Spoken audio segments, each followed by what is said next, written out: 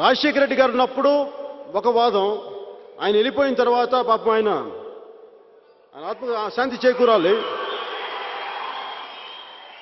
ఆయన పాపం చనిపోయిన తర్వాత వీళ్ళు ఇంకొక వాదం మొదలుపెట్టారు. నాకు అది నచ్చదు. ఆయన బతికున్నప్పుడు మీరు అలాగే మాట్లాడండి, ఆయన వెళ్ళిపోయిన తర్వాత కూడా అలాగే అంతేగాని మనిషి ఉన్నప్పుడు ఒకలాగా చనిపోయినప్పుడు ఒకలాగా మాట్లాడుకోండి.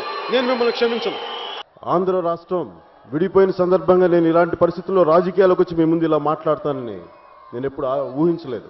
వైఎస్ రాజశేఖర రెడ్డి గారు ఆంధ్రప్రదేశ్ ముఖ్యమంత్రిగా పోటీ వచ్చినప్పటి నుంచి ప్రత్యేక తెలంగాణ కావాలన్న ఆకాంక్ష పెరిగిపోయింది.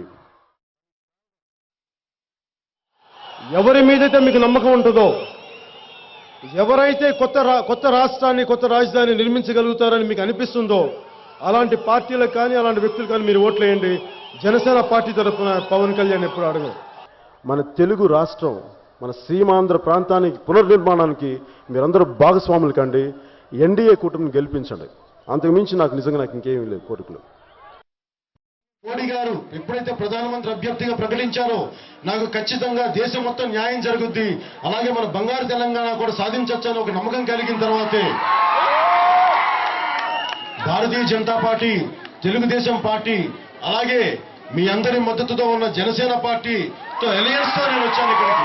ఈరోజు తెలంగాణ రావడానికి ముఖ్య కారణం వైఎస్ జగన్, వైఎస్ రాజశేఖర్ రెడ్డి, వీళ్ళ అనుయూయులు మొత్తం వీళ్ళ వర్గమే కారణం తప్ప సీమాంధ్ర ప్రాంత ప్రజలు కాదని తెలంగాణ ప్రజలందరికీ తెలుసు.